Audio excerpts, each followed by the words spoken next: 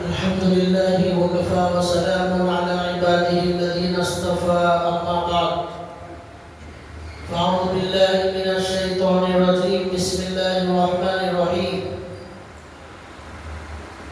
سبحان الذي أسرى بعبده ليلا من المسجد الحرام إلى المسجد الأقصى الذي باركنا حوله لنريه من آياتنا إنه هو السميع البصير رب اشرح لي صدري ويسر لي أمري واحلل عقدة من لساني يفقهوا قولي سبحانك لا علم لنا إلا ما علمتنا إنك أنت العليم الحكيم اللهم صل على محمد في أول كلامنا اللهم صل على محمد في أوسط كلامنا اللهم صل على محمد في آخر كلامنا صدق اللہ العظیم. محترم دینی بھائیوں، قرآن کریم کی ایک آیت آپ کے سامنے تلاوت کی گئی ہے. اللہ تبارک و تعالیٰ نے اس آیت میں مسجد اقصیٰ کا ذکر کیا ہے اور اللہ تعالیٰ نے یہ کہا ہے کہ ہمارے نبی صلی اللہ علیہ وسلم کو اللہ تعالیٰ نے رات کے کچھ حصے میں مکے سے مسجد اقصیٰ اللہ تعالیٰ لے کر گئے، پھر وہاں سے ہمارے نبی کو معراج میں لے کر گئے. یہاں اللہ نے یہ بھی کہا کہ مسجد اقصیٰ جہاں ہمارے نبی کو لے کر گئے تھے، اللہ تعالیٰ نے اس مسجد کے اطراف و اکناف برکت رکھی ہے. قرآن کریم میں اور بھی کئی جگہ آیات ہیں جن میں اللہ تبارک و تعالیٰ نے مسجد اقصیٰ کے اطراف و اکناف کا جو علاقہ ہے اس کے اندر برکت کا ذکر اللہ نے کیا ہے، اور ایک جگہ اللہ نے کہا مقدس سرزمین ہے. وہ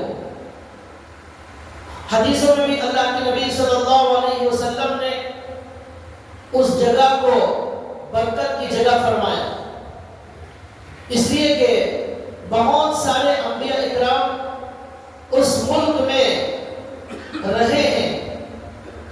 وہاں حضرت ابراہیم علیہ السلام ہجرت کر کے گئے تھے، وہاں حضرت عیسیٰ علیہ السلام تھے، عیسیٰ علیہ السلام کا موسیٰ علیہ السلام وہاں گئے تھے، سلیمان علیہ السلام کا وہ ملک تھا، سلیمان علیہ السلام نے وہاں مسجد بنائی تھی.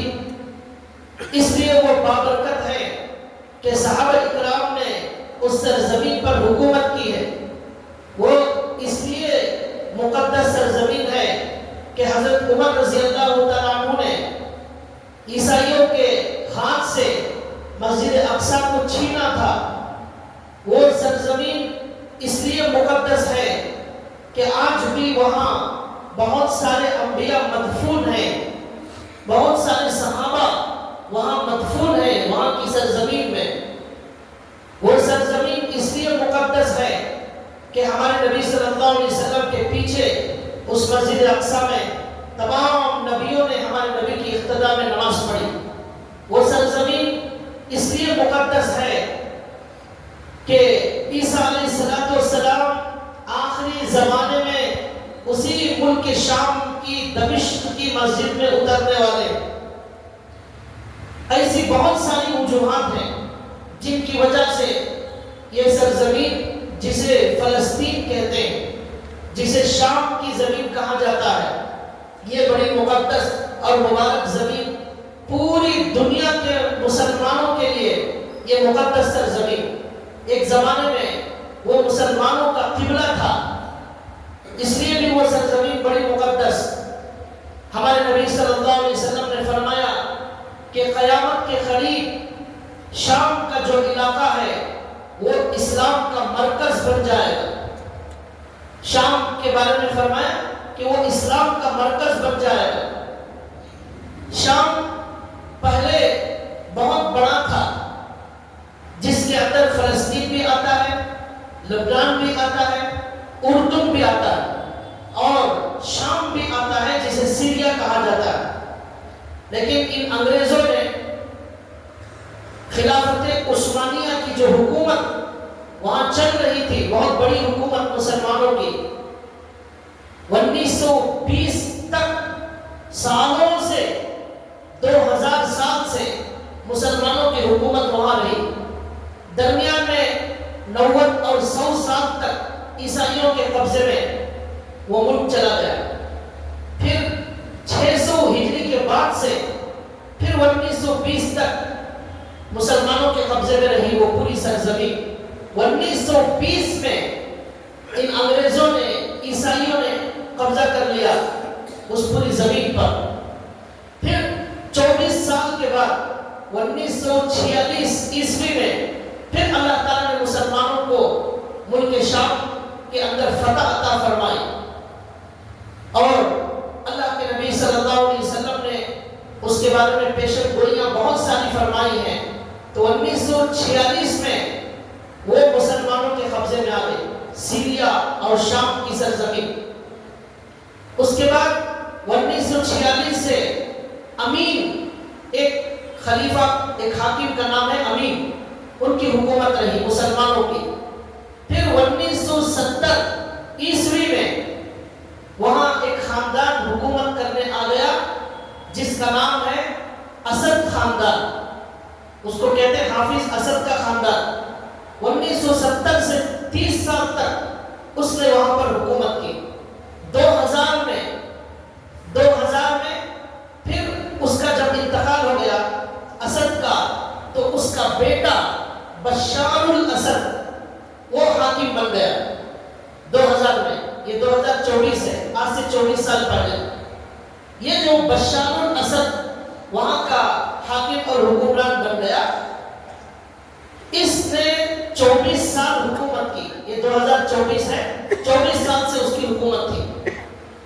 ان 24 سالوں کے اندر یہ بشار الاسد کی حکومت نے وہاں کے لوگوں پر بہت بڑا ظلم کیا، بہت بڑا ظلم۔ کیا قتل و غارت گیری، عوام پر اپنے ہی ملک کا حاکم بموں کو برسانے لگا، عام پبلک پر۔ ہزاروں بے گناہوں کو اس نے قتل کیا، لاکھوں لوگوں کو قتل کیا۔ ان 24 سالوں کے اندر خون کی ہولی کھیلی گئی، اور دشمن سے بھی بدترین سلوک اس نے اپنے لوگوں کے ساتھ کیا۔ اور لکھا ہے کہ یہ جو بشار الاسد تھا جس نے 24 سال مسلمانوں پر ظلم کیا، شیعہ مذہب کا ماننے والا، اور شیعہ کے اندر بھی کئی الگ الگ فرقے ہیں، اس میں کچھ جماعتوں پر کفر کا فتویٰ ہے۔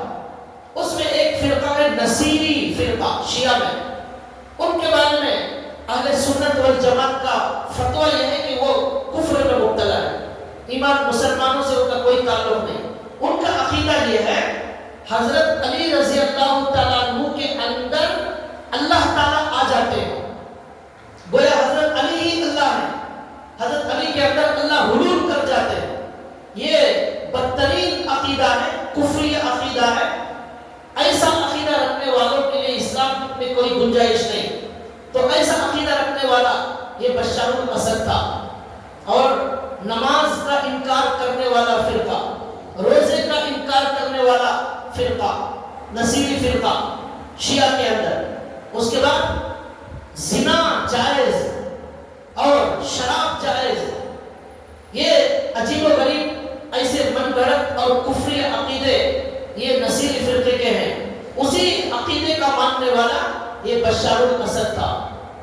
اللہ تبارک و تعالیٰ نے 24 سال کے بعد، اور اس کے بعد کی حکومت 30 سال تھی، 30 اور 24 سال، 54 ایئر کے بعد اللہ تبارک و تعالیٰ نے وہاں کے مظلوموں کو اللہ نے اس خاندان سے نجات عطا فرمائی، اور اللہ تبارک و تعالیٰ نے اچانک 8 دن کے اندر ایک عظیم دنیا کے اندر انقلاب برپا کیا۔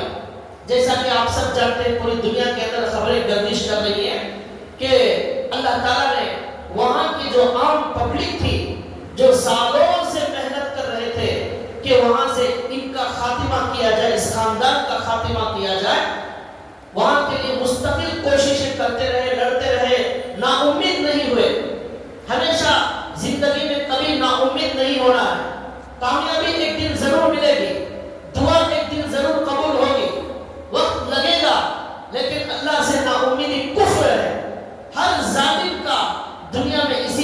خاتمہ ہوتا ہے۔ یہ پوری تاریخ گواہ ہے، پوری تاریخ کے اندر یہ تفصیلات موجود ہیں۔ خود عرب کی سرزمین کے اندر ابھی آپ نے شاید 3-4 مہینے پہلے بنگلہ دیش کے بارے میں سنا، وہاں ایک عورت حکمرانی کر رہی تھی اور بہت ظلم کر رہی تھی، بہت سارے علماء کو اس نے سولی پر چڑھایا اور نیک لوگوں کو جیلوں کے اندر ٹھوس دیا تھا، اور وہ بھی اس کے باپ کی حکومت کی وجہ سے حکومت کر رہی تھی۔ اللہ نے وہاں کی جو پبلک ہے، وہاں کے جو عام لوگ ہیں، عام لوگ ہمیشہ امن چاہتے ہیں، عام پبلک ہمیشہ سکون چاہتی ہے، عام پبلک کبھی ظلم کو برداشت نہیں کرتی، لیکن یہ جو کرسی پر بیٹھنے والے ہیں، شیطان اور خبیث قسم کے کچھ لوگ دنیا کے اندر گزرے ہیں۔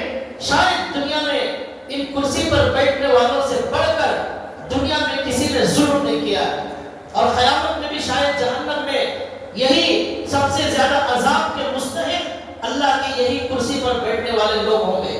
لیکن ہر آدمی ایسا نہیں، جو ظالم ہوگا اس کے ساتھ ایسا سلوک کیا جائے۔ تو میں نے اس کی تفصیل بتائی کہ ہماری اسلامی تاریخ کے اندر جب ہم مطالعہ کرتے ہیں تو اللہ کا یہ قانون نظر آتا ہے، اللہ کا یہ قانون نظر آتا ہے۔ کیا نظر آتا ہے؟ تُعِزُّ مَن تَشَاءُ وَتُذِلُّ مَن تَشَاءُ۔ اللہ جسے چاہتے عزت دیتے اور جسے چاہتے ہیں اللہ ذلیل کر دیتے۔ تنزع الملک ممن تشاء، جس سے چاہتے حکومت چھین لیتے۔ تنزع تؤتی الملک من تشاء، جسے چاہتے ہیں اللہ تعالیٰ حکومت عطا فرماتے۔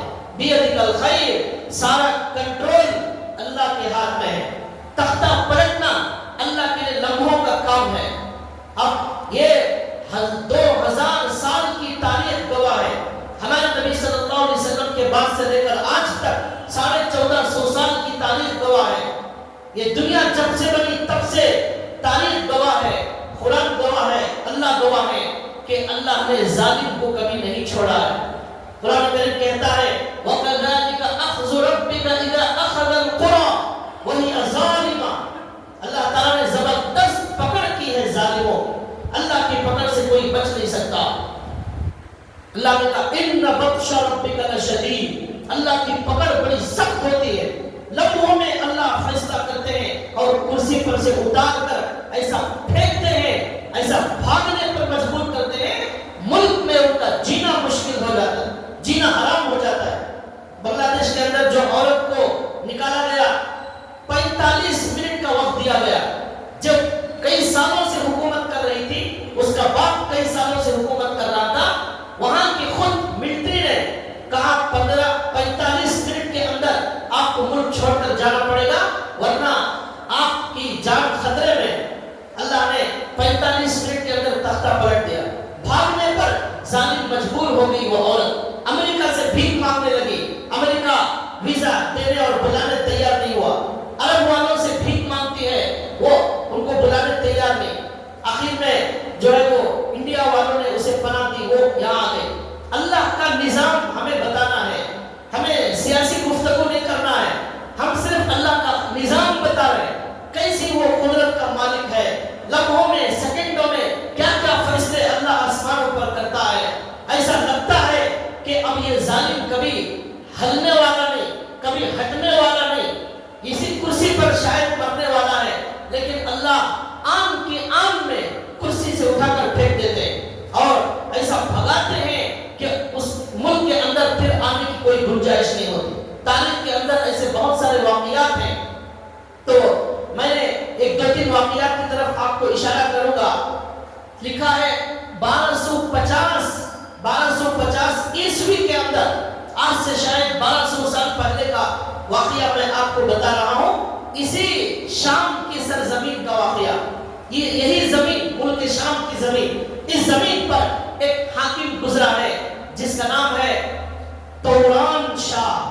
اس بادشاہ کا نام توران شاہ، 1250 ہجری کی بات ہے۔ وہ باپ دادا کی حکومت کی وجہ سے کرسی پر بیٹھ گیا، صلاح الدین ایوبی کے خاندان سے تھا، لیکن باپ کے اخلاق اس کے اندر موجود نہیں تھے، باپ کی صفات اس کے اندر موجود نہیں تھے۔ تو ایسے بھی لوگ آ جاتے ہیں، باپ کی وراثت میں کرسی مل جاتی ہے، نالائق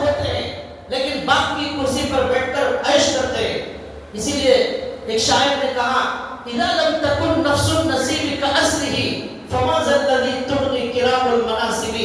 جب باپ کے اعلیٰ اخلاق اور صفات بچوں کے اندر موجود نہیں ہے تو صرف بڑے باپ کا بیٹا ہو جانا یہ کوئی کامیابی کی علامت نہیں ہے. بڑے باپ کا نام ہو جانے سے کچھ نہیں ہوتا. اپنا نام پیدا کرنا ہے، انسان بننا ہے تو وہ صفات پیدا کرو جو تمہارے بڑوں کے اندر تھے. صرف نام سے کچھ ہونے والا نہیں ہے، صلاحیتوں سے ہوتا ہے. اخلاق سے انسان بنتا ہے، ہمدردی سے انسان بنتا ہے. تو یہ دوران شاہ 1250 ہجری کا حکمران ملک شام کے اندر کرسی پر بیٹھ گیا.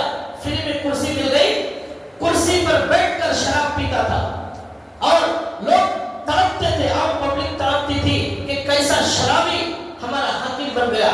لیکن عام پبلک کچھ نہیں کر سکتی. ناجائز قبضہ ان کرسیوں پر ہو جاتا ہے اور اس کا بہت بڑا نقصان امت کو ہوا ہے. تو لہذا وہ کرسی پر بیٹھ کر شراب پیتا تھا. اب جو شراب پیتا ہے وہ زنا بھی کرتا ہے اور لوگوں پر ظلم بھی کرتا ہے، قتل و غارت گیری بھی کرتا ہے. یہ شراب کا گناہ سارے گناہوں کا دروازہ کھول دیتا ہے. ایسا شرابی کرسی پر بیٹھ گیا.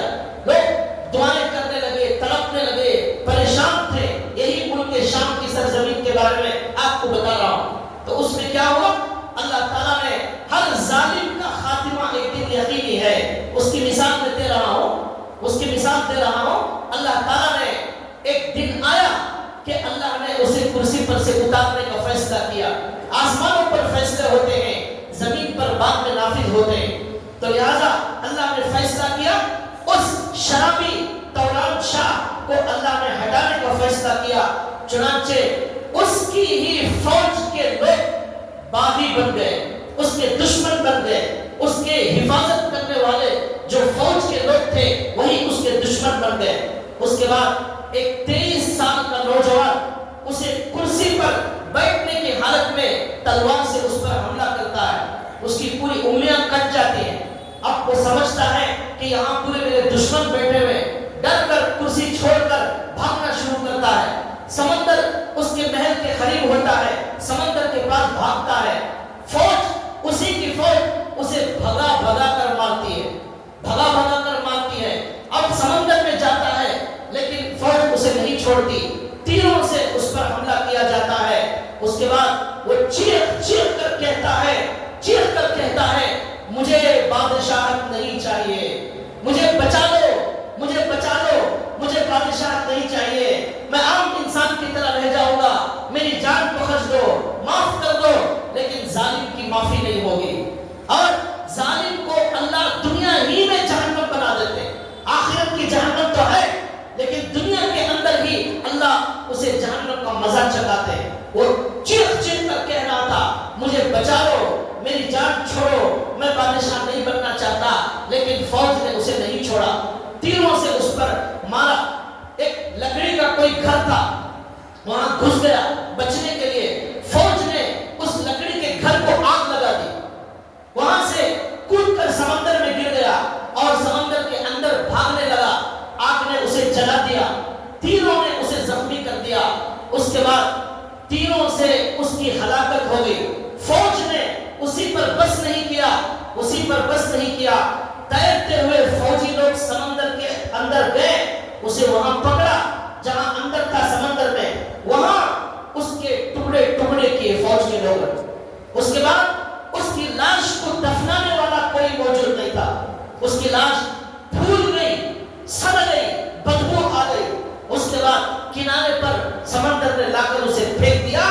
کوئی دفنانے والا موجود نہیں تھا، دفنانے کی ہمت کسی کے اندر موجود نہیں تھی. اس قدر اس کے دشمن پیدا ہو گئے. 3 دن کے بعد کچھ لوگوں نے اجازت دے کر اسے دفنایا. میں بتانا کیا چاہتا ہوں، ظالم کی عمر زیادہ نہیں ہے. ظالم کا ہمیشہ انجام بہت برا ہونے والا ہے. ظالم سے اللہ کو بڑی نفرت ہے اور شرک اور کفر کے بعد سب سے بڑا گناہ یہی ظلم ہے. ظلم سے اللہ ہماری حفاظت فرمائے. کرسی کا گھمنڈ، پیسوں کا گھمنڈ اور خاندان کا گھمنڈ انسان کو ظالم بنا دیتا ہے اور اس کا انجام یہ ہوتا ہے کہ آخرت سے پہلے دنیا میں اس کی تعالیٰ سناتے ہیں. یہ تاریخ ہے، میں تاریخ کی طرف اشارہ کر رہا ہوں، اللہ کا نظام بتا رہا ہوں. اللہ تعالیٰ کس طرح حکومت سے نکالتے ہیں، ظالم کو سزا دیتے ہیں. کربلا کو یاد کیجئے، امام حسین کو یاد کیجئے، 10 محرم کو یاد کیجئے، تاریخ کے اوراق کو پڑھیے، اللہ کا قانون آپ کو نظر آئے گا. ظالم کو کبھی نجات ملنے والی نہیں. امام حسین ہمارے نبی صلی اللہ علیہ وسلم کے نواسے، جن کے بارے میں ہمارے نبی نے کہا میرا نواسا حسن، میرا نواسا حسین، یہ دونوں میرے پھول ہیں. پھول، حضور نے کہا میرے پھول ہیں، میری خوشبو ہیں. یہ ہمارے نبی نے ان کے بہت سارے فضائل بتائے. یہ وہ ہیں، یہ نواسے وہ ہیں کہ ہمارے نبی ممبر پر خطبہ دے رہے ہیں. نواسے جمعہ کے دن تیار ہو کر آ گئے، ہمارے نبی ممبر سے اتر کر ان دونوں کو گلے میں لگاتے ہیں، اٹھاتے ہیں. ان کو اٹھا کر ہمارے نبی آتا ممبر پر بیٹھ کر خطبہ دیتے ہیں اور کہتے ہیں یہ میرے 2 پھول ہیں. لیکن اس امت نے ہمارے نبی کے نواسے تک کے خون کے ساتھ خون کی جو ہے ہولی کھیلی اور خون ان کا جو ہے سستا کر دیا. اس طرح اتنا بڑا ظلم کیا ان کے اوپر، اتنا بڑا ظلم کیا. اس ظلم کی وجہ سے آسمان بھی رونے لگا اور زمین بھی رونے لگی. جب کوئی نیک انسان مرتا ہے آسمان اور زمین بھی روتے ہیں. جب ظالم مرتا ہے نہ زمین روتی ہے نہ آسمان روتا ہے. فما بکت علیہم السماء والارض، اللہ کہتے ہیں نہ آسمان رویا نہ زمین روئی. بھائیو، ہم کافروں سے کیا شکوہ کریں؟ ہم کافروں کا کیا شکوہ کریں؟ وہ آج ہماری مسجدوں کو توڑ رہے ہیں، ہمارے لوگوں کی معاملین چیک کر رہے ہیں اور ہماری لڑکیوں کو بھگانے کا کام کر رہے ہیں. ایمان پر ڈاکہ ڈالا جا رہا ہے، ایمان کو خریدا جا رہا ہے. اس پر کوئی تعجب کی بات نہیں. کافر تو کفر کا ہی کام کرے گا، کافر تو کفر کا ہی کام کرے گا. لیکن تعجب ہوتا ہے کلمہ پڑھنے والے لوگوں نے دنیا میں ایسا گناہ کیا، ایسے جرائم کیے، ایسے ظلم کیے کہ اسلام اور مسلمان قیامت تک کے لیے شرمندہ ہو گئے. امام حسین کے ساتھ ایسا ہی ہوا. ان کے امام حسین کو خود کوفہ والوں نے، یہ کوفہ یہی عرب کا علاقہ ہے، شام اور فلسطین کے قریب ہے کوفہ، وہاں کے لوگوں نے امام حسین کو خط لکھ کر دعوت دی، آپ آ جائیے، آپ آ جائیے، کوفہ میں آ جائیے، ہم آپ کے ہاتھ پر بیعت کریں گے. دھوکہ دیا حضور کے نواسے کو اور جھوٹ بول کر بلایا. آنے کے بعد سب بدل گئے، سب جھوٹے ہو گئے اور کسی نے کوئی مدد نہیں کی. سب لوگ ڈر گئے، یزید اور اس کی حکومت سے ڈر گئے، عبید اللہ بن زیاد سے ڈر گئے، ڈر کر پیچھے ہٹ گئے، گھروں میں بند ہو گئے، تماشا دیکھنے لگے. جب امام حسین کو شہید کیا جا رہا ہے کربلا کے میدان میں، یہی کلمہ پڑھنے والے پہاڑوں پر ادھر ادھر چڑھ کر قتل کا تماشا دیکھ رہے ہیں. ہمارے نبی صلی اللہ علیہ وسلم کا اصول اور قانون یہ تھا، ایک صحابی کے اگر کوئی دشمن ایک صحابی کو قتل کرتا، حضرت عثمان کو شہید کرنے کی خبر مکے کے اندر آئی. صلح حدیبیہ میں ہمارے نبی نے موت پر بیعت دے دی، موت پر بیعت، اور کہا جب تک ہم اس کا بدلہ نہیں لیں گے ہم یہاں سے واپس نہیں جائیں گے. سب سے بیعت دی، موت پر بیعت. قرآن میں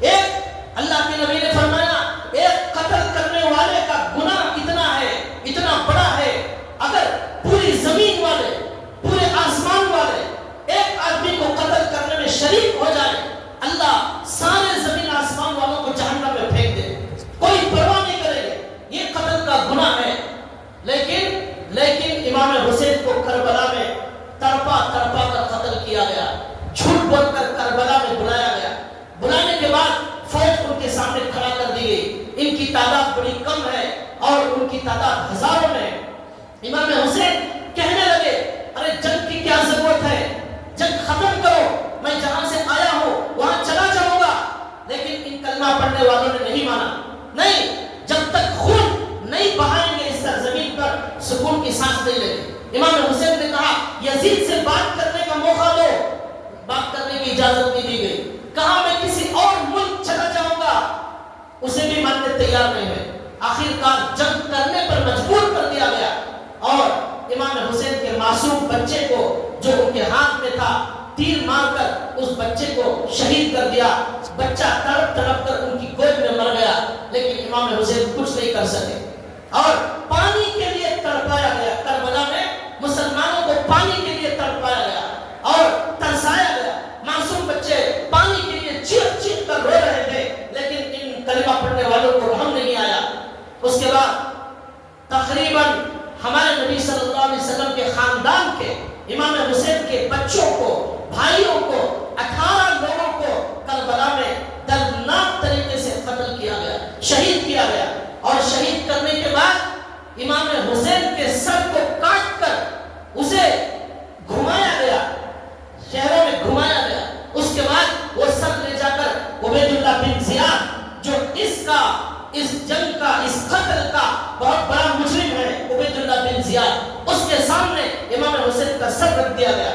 امام حسین کا سر جب اس کے سامنے تھا، لکڑی سے، تلوار سے امام حسین کے ہونٹوں کو مارنے لگا ہو عبید اللہ بن زیاد. تو وہاں ایک صحابی بیٹھے تھے انس بن مالک، انہوں نے کہا ان ہونٹوں کو جو آپ مار رہے ہو، میں نے میرے نبی کو ان ہونٹوں پر بوسہ دیتے ہوئے دیکھا ہے.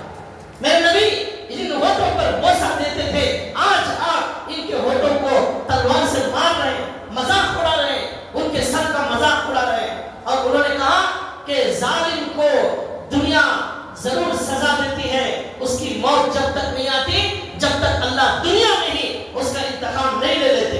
یہ عجیب و غریب تماشا ہوا. اس کے بعد یہاں سے یہ قافلہ واپس مدینہ گیا. بچے ہوئے عورتیں، کچھ عورتیں بچ گئی امام حسین کے خاندان کی، وہ مدینے میں گئے. مدینے میں جا کر امام حسین کی چچا زاد بہن نے مسلمانوں سے کہا کہ اے مسلمانوں، تم نے امام حسین کی حفاظت نہیں کی. کل قیامت کے دن اے مسلمانوں تم نبی کو کیا جواب دو گے؟ نبی کہیں گے ارے میں نے تم کو ایمان سکھایا، میں نے اسلام سکھایا، میں نے تمہیں کلمہ سکھایا، میں نے تمہیں روزہ نماز سکھایا، میں نے تمہیں اللہ کا تعارف کرایا، میں نے تمہیں جہنم سے بچانے کے لیے میں نے اپنے پیٹ پر پتھر باندھے. اے مسلمانوں میں نے تمہارے لیے کیا کیا قربانیاں دی.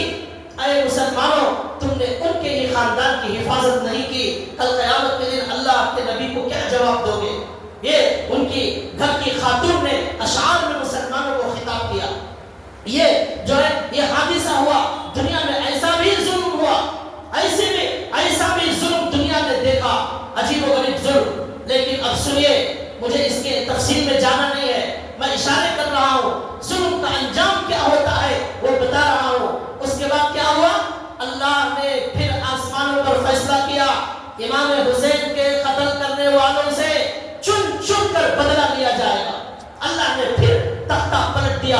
یہ حکومت آنے جانے والی ہے، یہ کرسی ہمیشہ باقی رہنے والی نہیں ہے. کرسی بھی ختم، کرسی کا گھمنڈ بھی چکنا چور ہوگا. کوئی بھی کرسی پر ہمیشہ بیٹھا نہیں ہے. یہ کرسی وہ ہے جس میں لوگ آتے رہتے ہیں اور جاتے رہتے ہیں. تو لہذا وہاں کوفہ کے اندر ایک اللہ نے اور ایک حاکم مقرر کر دیا، اس کا نام مختار تھا. اس نے کرسی پر بیٹھتے ہی یہ اعلان کیا امام حسین کو قتل کرنے والوں کو چن چن کر قتل کیا جائے. عام پبلک کو اعلان کر دیا جہاں بھی امام حسین کو قتل کرنے والا ملے اسے وہاں قتل کرو یا ہمارے دربار میں پیش کرو. اب ساری دنیا ان کے قتل میں شریک ہونے والے دشمنوں کو تلاش کرنے لگی. جو ملتا اسے زندہ جلا دیا جاتا تھا. یہ امام حسین کا قاتل ہے، آگ لگا دی جاتی تھی اور اس نے ان کو چن چن کر قتل کیا. ایک جگہ معلوم ہوا یہ جھونپڑی میں ایک آدمی ٹوکرے میں گھس گیا ہے، چھپ گیا ہے. مختار نے اس کے گھر کے ساتھ اسے آگ لگا کر جلا کر ختم کر دیا. یہ ظالم کا انجام ہوتا ہے. اور ایک ایسا بھی ملا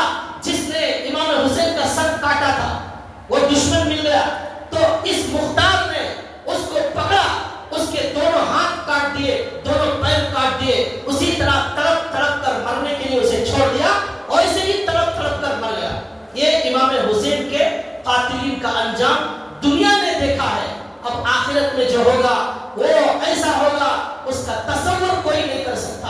اس لیے بھائیوں بڑے ڈرنے کی ضرورت ہے، ظلم سے بچنے کی ضرورت ہے، اور ظلم کا انجام بہت برا ہے، اور یہ بھی کہ اس میں یہ بھی لکھا ہے کہ بہت بڑا مجرم، امام حسین کے قاتلوں میں بڑا مجرم عبید اللہ بن زیاد، اس کے حکم پر یہ پوری کارروائی ہوئی تھی۔ تو لکھا ہے کہ اللہ کا فیصلہ دیکھیے، اللہ نے کیا کیا، اس مختار نے اس کو ختم کرنے کے لیے فوج بھیجی، تو یہ فوج نے اس کے لوگوں کو قتل کیا، اور جس طرح اس کے حکم سے امام حسین کا سر کاٹا گیا تھا، عبید اللہ بن زیاد کا بھی سر کاٹ کر مختار کے سامنے لایا گیا۔ قاتل کو اللہ نے نہیں بخشا، اور اس کا بھی سر کاٹ کر مختار کے سامنے پیش کیا گیا۔ اور ترمذی کے اندر حدیث موجود ہے کہ جن لوگوں نے امام حسین کو قتل کیا، ان کے سروں کو بادشاہ کے دربار میں لا کر رکھا گیا۔ یہ ہے ظالموں کے سر جنہوں نے امام حسین کو قتل کیا تھا۔ ایک سانپ آیا اچانک کہیں سے، سانپ وہ آ کر عبید اللہ بن زیاد کے جو اس قتل کے کا بڑا مجرم تھا، اس کی ناک میں سانپ گھس گیا، اور 2-3 مرتبہ سانپ گھس کر نکلا، پھر وہ سانپ کہیں واپس چلا گیا۔ تو یہ حدیث ترمذی شریف کے اندر موجود ہے۔ اس طرح انجام دنیا کے اندر اللہ تبارک و تعالیٰ نے بتایا، اب آخرت میں کیا انجام ہوگا وہ اللہ جانتے ہیں۔ اس طرح دنیا کے اندر ظلم ہوتا ہے، وہ لوگ کرتے ہیں جو اللہ سے نہیں ڈرتے، جن کو مرنے کا یقین نہیں ہوتا، اللہ کے عذاب سے نہیں ڈرتے، جہنم کا خوف نہیں ہوتا، ایسا کرتے ہیں لیکن اللہ ان کو کبھی نہیں بخشتے۔ لکھا ہے، اور ایک بہت بڑا ظالم دنیا کے اندر سب لوگوں نے اس کا نام سنا ہے، اس کا نام حجاج بن یوسف۔ جب بھی دنیا میں ظالموں کا نام لیا جاتا ہے، اس ظالم کا نام ضرور لیتے ہیں، حجاج بن یوسف۔ لکھا ہے 1,00,000 لوگوں سے زیادہ اس نے لوگوں کو قتل کیا، 1,00,000 لوگوں سے زیادہ، اور یہی نہیں بلکہ کئی صحابہ کو اس نے قتل کیا۔ اتنا بڑا ظالم تھا حجاج بن یوسف، اس کی ظلم کی کہانی بڑی لمبی چوڑی ہے۔ تو لکھا ہے کہ ایک صحابی سعید بن جبیر رضی اللہ تعالیٰ عنہ، اس علاقے کے سب سے بڑے عالم، سب سے بڑے اللہ والے، سب سے بڑے عبادت گزار حضرت سعید بن جبیر رضی اللہ تعالیٰ، ساری دنیا ان سے علم حاصل کرتی تھی اور ان سے دین کی باتیں معلوم کرتی تھی۔ ان سعید بن جبیر رضی اللہ تعالیٰ عنہ کو بلا کر حجاج بن یوسف نے دربار میں کہا کہ تم نے ہمارے خلاف بیان دیا ہے، اس لیے آج تمہیں قتل کیا جائے گا۔ انہوں نے کہا موت میرے اللہ کے ہاتھ میں ہے، موت اگر تیرے ہاتھ میں ہوتی میں تجھے خدا بنا لیتا، موت اگر تیرے ہاتھ میں ہوتی میں تجھے خدا بنا لیتا، موت میرے اللہ کے ہاتھ میں ہے، میں تیرے سے ظالم سے میں ڈرنے والا نہیں، تو ظالم تھا اور ہے اور تو رہے گا، میں پوری دنیا کو یہی بتاتا رہوں گا جب تک میری سانس ہے، میرا یہی فیصلہ ہے۔ اس نے کہا کہ میں اب تجھے قتل کروں گا، تو انہوں نے کہا میں ڈرنے والا نہیں ہوں، آخری خواہش کیا ہے؟ صحابی نے کہا سعید بن جبیر میں 2 رکعت نماز پڑھنا چاہتا ہوں، یہی آخری خواہش ہے۔ 2 رکعت نماز پڑھ لی، نماز پڑھنے کے بعد انہوں نے کہا قبلے کی طرف میں چہرہ کرتا ہوں، مجھے جو سزا دینا ہے دو۔ اس نے کہا نہیں، چہرے سے قبلہ ہٹا دو۔ پھر انہوں نے کہا جہاں بھی تیرا چہرہ کرو وہاں اللہ موجود ہے، ہر جگہ اللہ موجود ہے، تم جو چاہے کرو، یہ سعید بن جبیر نے کہا۔ اس کے بعد یہ حجاج بن یوسف نے اس سعید بن جبیر رضی اللہ تعالیٰ عنہ کو اس کے دربار میں الٹا لٹا کر تلوار سے ذبح کر دیا، اور اتنا خون نکلا کہ پورے دربار میں خون پھیل گیا۔ اس نے پوچھا اتنا خون کیوں نکلا؟ لوگوں نے کہا ان کے دل میں کوئی ڈر اور خوف نہیں تھا۔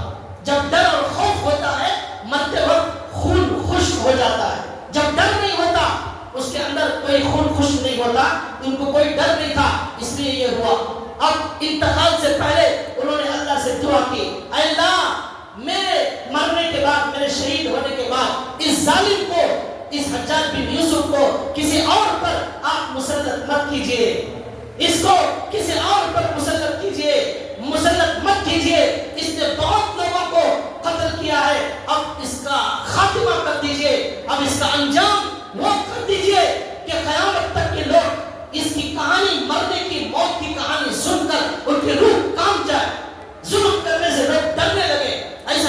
انجام ہو جائے، بددعا کی، شہید ہو گئے۔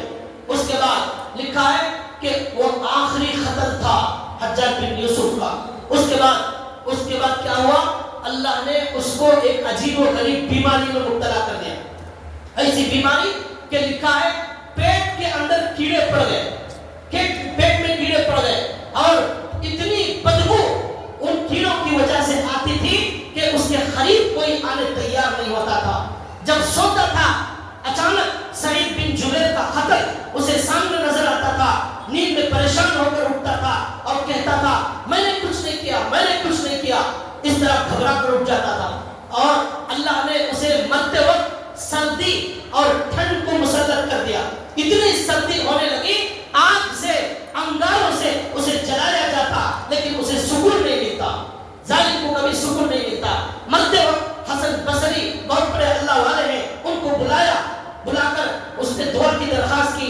حسن بصری نے کہا اے حجاج، میں نے تجھے منع کیا تھا صحابہ کے ساتھ، تو نے جو قتل کیا ہے، صحابہ کو جو ظلم کیا ہے مت کر، اللہ کی پکڑ سے بچ نہیں سکے گا۔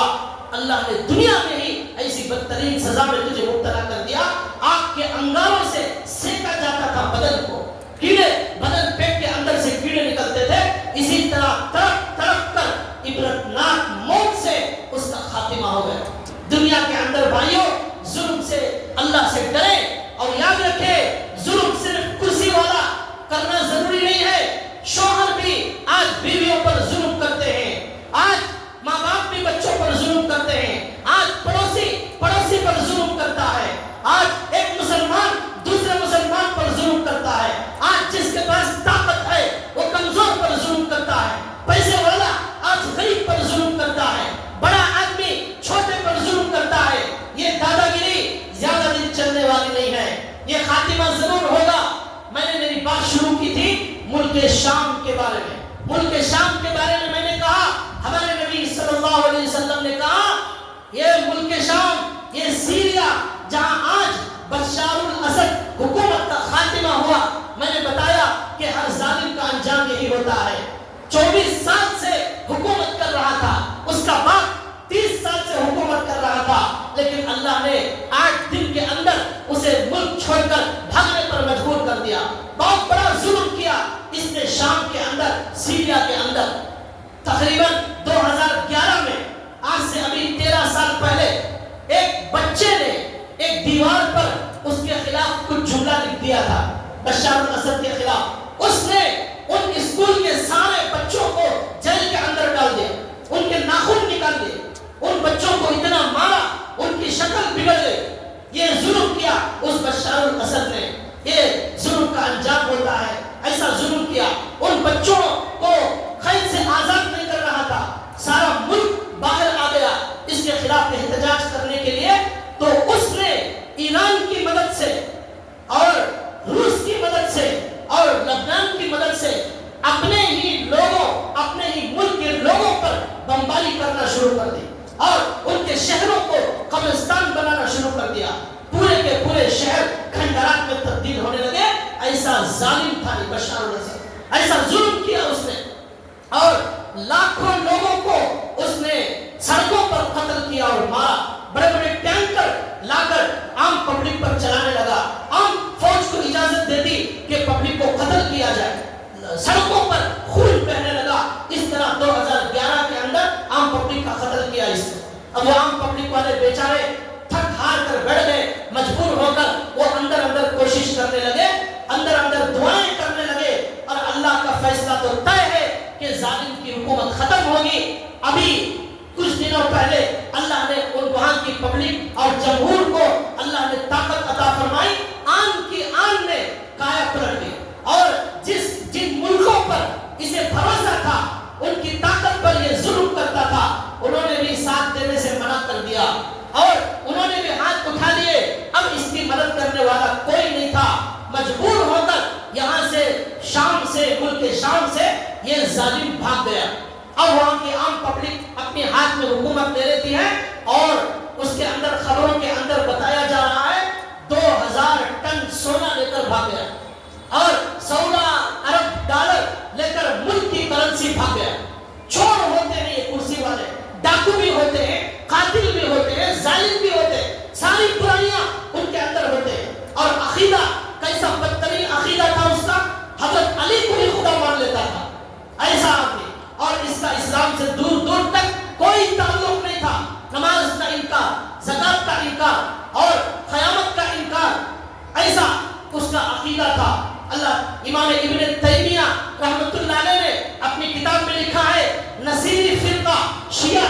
نصیری فرقہ جو حضرت علی کو خدا مانتا ہے، ان کی عورتوں سے نکاح کرنا حرام، اور ان کے ہاتھ کا ذبح کیا ہوا کھانا حرام، اور ان کو ہمارے قبرستان میں دفن کرنا حرام، ان کی فوج، ہماری فوج کے اندر ایسے لوگوں کو فوج میں شامل کرنا حرام۔ یہ امام ابن تیمیہ نے کئی سو سال پہلے ان کے بارے میں فتویٰ دیا تھا، ایسا عقیدہ رکھنے والا تھا۔ ابھی جب عام پبلک نے حکومت کو ہاتھ میں لے لیا تو خبریں آ رہی ہیں کہ اس نے ایک بہت بڑی جیل بنائی تھی، اس جیل کے اندر تقریباً 1 لاکھ سے زائد لوگوں کو اس نے جیل کے اندر سولی پر چڑھا کر قتل کر دیا۔ بجٹ بنا، جیل والوں کو بجٹ بڑھانے کے لیے ان کا خرچہ کیا کرتا تھا؟ بجٹ نہیں بڑھاتا تھا، جیل کے اندر لوگوں کو قتل کرنا شروع کر دیتا۔ ہفتے میں 2 دن متعین تھے، ان 2 دنوں میں جتنا ہو سکتا ہے لوگوں کو سولی پر چڑھا کر قتل کرتا تھا۔ یہ ایسا خون جو ہے سستا کر دیا، اور وہ جو جیل توڑی گئی وہاں پر دکھایا جا رہا ہے 30,000 لوگ جیلوں سے نکل کر آ رہے ہیں۔ کوئی 20 سال میں گیا، اب وہ بوڑھا ہو کر آ رہا ہے، 40-50 سال کا ہو کر آ رہا ہے۔ کوئی نوجوان گیا، آج وہ پاگل بن کر آ رہا ہے، آج وہ ایسا بن کر آ رہا ہے اپنے ماں باپ کو نہیں پہچانتا، اپنی ماں کو نہیں جانتا، اپنے باپ کو نہیں جانتا، ایسا دماغی ٹارچر اسے دیا گیا۔ ایک مشین، کرنٹ کی مشین بتائی جا رہی ہے، اس مشین میں لاش کو رکھ کر دبایا جاتا ہے تو وہ لاش پیپر کی طرح بن جاتی ہے، پیپر کی طرح اس کا وجود ختم کر دیا جاتا ہے۔ اس طرح شام کے اندر اس طرح اس بشار الاسد نے ظلم کیا، اور جو عورتیں، جو بچے، جو بوڑھے لوگ نکل رہے ہیں وہ سجدے میں گر کر اللہ اکبر کا نعرہ لگائے اور کہہ رہے یا ربی لک الحمد، یا ربی لک الحمد، اللہ تعریف آپ کے لیے ہے، تعریف آپ کے لیے ہے۔ اللہ وہاں سے آنے والے کہہ رہے ہیں ہمیں کوئی امید نہیں تھی کہ ہم ایک دن زندہ واپس آ جائیں گے، اور یہ بھی لکھا ہے ایسے اندر جیل بنائے گئے تھے، 10 سال ہو گئے، کسی نے سورج کو نہیں دیکھا، کسی نے چاند کو نہیں دیکھا، کسی نے دھوپ کو نہیں دیکھا، ایسا ظلم کیا، ایسی کوٹریوں میں اندر ان کو بند کر دیا۔